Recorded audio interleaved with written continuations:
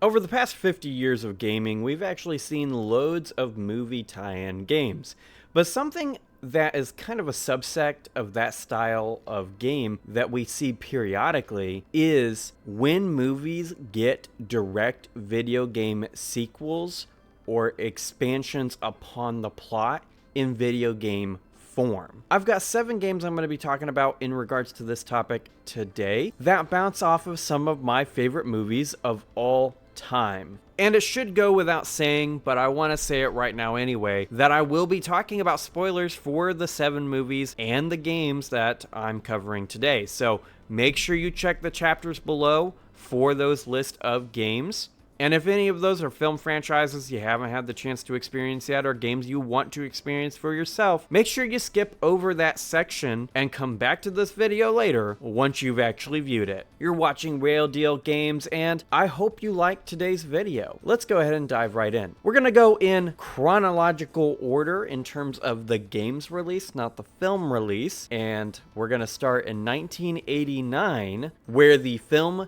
Sweet Home got a movie tie-in game called Sweet Home that expanded upon the film's plot. This is a really good starting place. Since the film and the video game came out the same year, they could really bounce off of each other. And so the game expands upon the film's plot with journal entries and just expansions of the characterization each character has. Now, you may know the title Sweet Home if you're a Resident Evil fan, because it is the reason you have Resident Evil games. It's the basis of the survival horror genre, which is very interesting because it's also a JRPG, and horror and JRPG have only crossed over a few times, Sweet Home being one, Kaldelka in the 90s is another example, but by and large, those two things do not cross over very often. And why I wanted to start with this particular example, even if Sweet Home is not a game you can really play anymore, is because it really demonstrates how video games can tell stories in foundationally different ways to film, books, poetry, or anything else, as game mechanics can enhance the conveyance of a story's themes, such as what From Software does in their games, or Final Fantasy Tactics or XCOM does with permadeath. Permadeath exists in Sweet Home as well. And considering the fact that it's based on a horror movie, and when characters die in a horror movie, they're gone forever, it kind of creates a deeper connection between the film and the game in that particular way. And when you bolster that with the extra characterization that the game provides, I think it actually makes the game and the film a companion piece for one another, which is why I think it factors into the expansion side of what I'm talking about in this video. Now, there were other movie sequels in the form of video games in the 90s, but I really want to jump ahead to 2002 with the 6th generation The Thing game. So, The Thing is one of my favorite movies of all time, and it ends with an ambiguous ending where MacReady and Childs are the only people left over after the Thing destroys Outpost 31 and they destroy it. However, it's very possible that either or both or neither of them are the Thing, and it's really left up to the audience to figure out what they think is the true ending. Any one of those interpretations for a long time could have been very supported by the text. However, The Thing in 2002 really points in one clear direction for me. At the time of The Thing's release in 2002, it was canon. It was marketed as canon. It was supported that way. I don't know if we still consider it that after the 2011 film, or just in general, because it is a direct sequel to the movie, but it's not done so in a way that is like stringently focused. There's like two primary main connections to the film, and that's when you come across the area where MacReady and Childs are supposed to be. Only Childs' frozen body is there, MacReady's is not there, and that already kind of clues you into something weird going on, because he was near frozen at the end of the movie. Now, what this implies to me is that MacReady is infected. He waited for Childs to freeze, and then he left.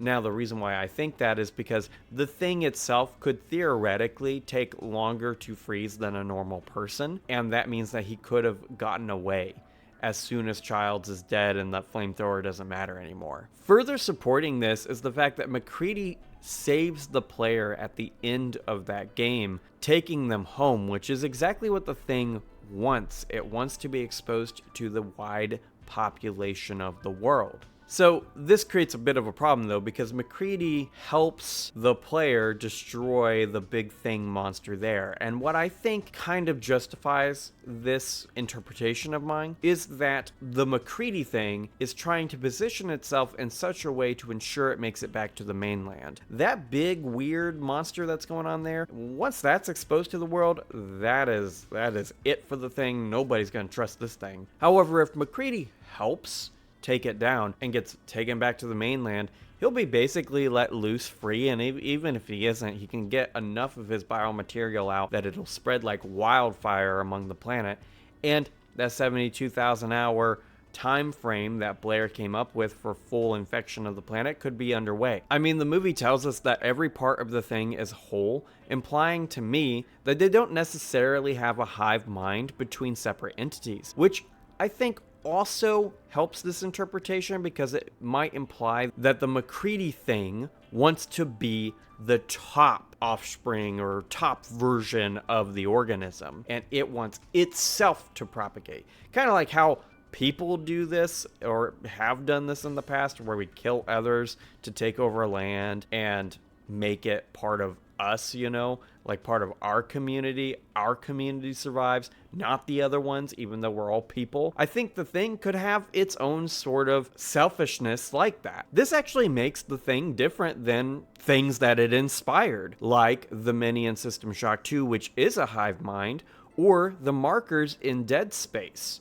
which just combine all the flesh into one big moon-sized entity. So it's very interesting that this is kind of the way that the thing could work, and it actually explains why some of the things will counter or expose other things in the movie itself. So I actually really like the way that this game approached this, and while it's a very small expansion or sequel to the original, I think it really amplifies the horror of that original's ending if you consider the 2002 game canon in its expansion of the story. The third game we're going to be talking about here is Chronicles of Riddick: Escape from Butcher Bay, which is a prequel to Pitch Black. Pitch Black is one of my favorite sci-fi movies of the 2000s. I love that film. Vin Diesel reprises his role in Butcher Bay, and say what you will about the man, he's a perfect Riddick. He was made for this role. And what this game does is it sets up his relationship with Johns, which becomes a core dramatic framing device for a lot of Pitch Black's character moments. And what I really like about Butcher Bay specifically is you get to look at more of the way prisons work in this universe and how Riddick becomes the man he is. Riddick himself is kind of an anti-hero. Like, he's not necessarily evil, but he's not necessarily good either. And if he spent a lot of time bouncing prison to prison to prison, it makes a lot of sense that he would end up the way he is. Hoxie, the warden, wants Riddick in his prison so bad that he's willing to make deals with Johns, who he doesn't particularly like. And this kind of shows how wanted a man Riddick is.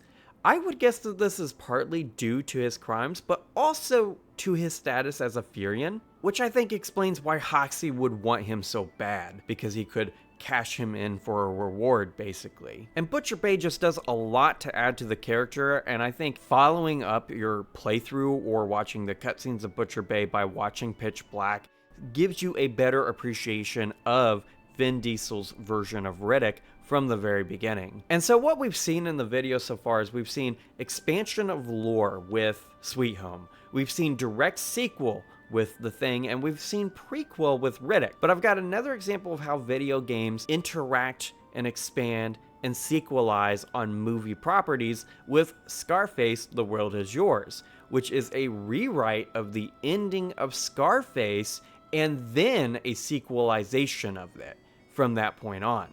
Tony survives the ending of Scarface at the beginning of The World Is Yours, and this essentially resets Tony to the beginning of his rise. You have to work your way back up, and you are hellbent on a quest of vengeance against Sosa.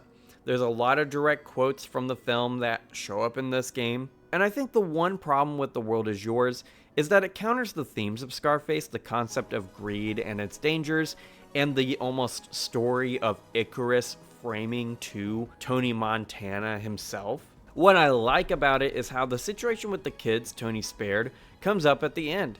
He's got a soft spot for kids, and I wonder if this has to do with the fact that Gina was small when he was sent away initially, and if he recognizes that the situations of his youth led him to where he is now. That could be why he was willing to risk everything to push back against Sosa on this particular issue, and at the end of this game he gets his vengeance on Sosa and is able to take over his empire again. There's no happy ending for Tony Montana because he killed his best friend Manny and is the direct causer of Gina's death. He doesn't actually pull the trigger, but he caused her to be in that room at that time. He probably would have had to kill her or she would have killed him. And this actually brings up an important issue as well, because that situation with Gina and Manny is kind of worked around in the game. And it more or less doesn't show up throughout the whole game until the very end, when Tony calls his butler guy, whoever that guy at the end is, Manny. And this is weird, because it's almost like he's psychologically trying to turn his new second-hand man into Manny to maybe convince himself that he didn't do what he did. It's kind of an interesting bit of characterization added to Tony there, because even in the film you can tell that he regretted doing what he did. It was in a fit of rage that he killed his best friend, and I do like how this game kind of expands on that.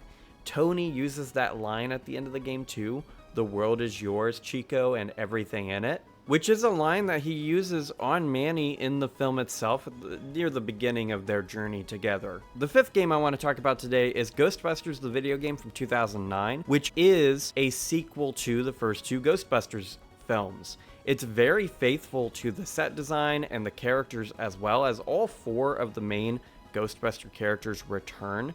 There's some reports that Sigourney Weaver's character Dana was planned to return for the game, but for some reason or another that just didn't happen. Instead, Peter Venkman has a different girlfriend that's being targeted by the ancient god Shandor, and this is like a consistent framing device in Ghostbuster movies, which makes me happy that it appeared in the game this way, because it's always Peter Venkman's girlfriend that gets targeted by some kind of ancient deity class figure. They even bring back the EPA guy Peck as well, which is quite funny. And I think the reason that this is a very solid sequel in video game form to the film is that the jokes are consistent with the original films, and in a lot of ways it just functions as Ghostbusters 3. The only thing that doesn't make it fit Ghostbusters 3 is that Sigourney Weaver's character isn't in the game. There's kind of a trend when a lot of movie reboots happen. This kind of happened with Alien Romulus in 2024, where when a property's been dead, dormant, or dead for a long time and they're brought back, there's a lot of like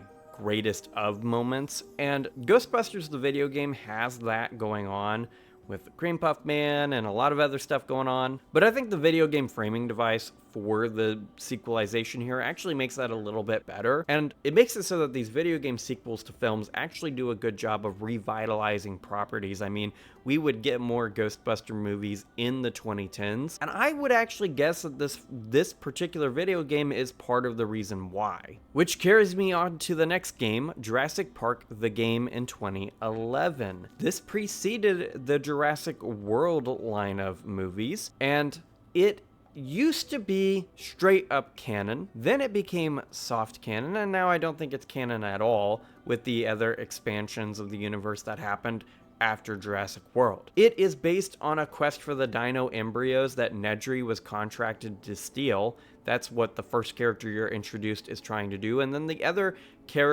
primary character that you're introduced to is actually in Jurassic Park. He is the Triceratops caretaker. He's there with his daughter, gets trapped on the island, and has to escape.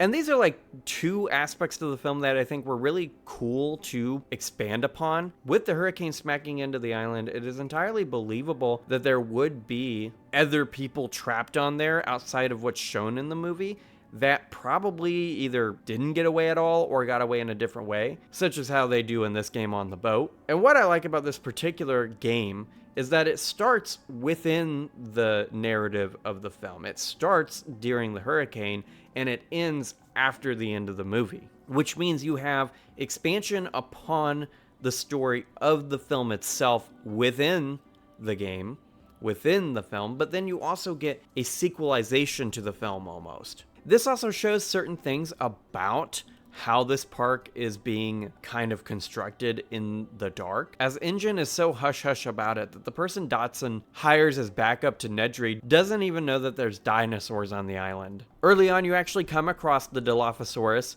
eating Nedry, and you find out that there's more of them. And I like the way that they even have attention to detail in the film. It's a very small detail, but Dotson tells Nedry that the cooling device on the embryo storage only lasts for a certain amount of time. And when you find it, your partner actually refills the coolant on the device to ensure that it can last longer, which is such a cool attention to detail. There's also some really awesome sequences in this particular game, such as the Triceratops versus the T-Rex part, or evading the T-Rex at the end of the game. I truly hope that the upcoming Jurassic Park survival game is good and takes a page out of our next topic for this particular video, which is Alien Isolation in 2014. So we know from the deleted scene that was added back into the movie on later releases of Aliens that Amanda Ripley is Ellen's daughter, and Amanda dies of old age. Which means Alien Isolation is us seeing what she did with her life while her mother was trapped in hypersleep, drifting in the middle of nowhere. And so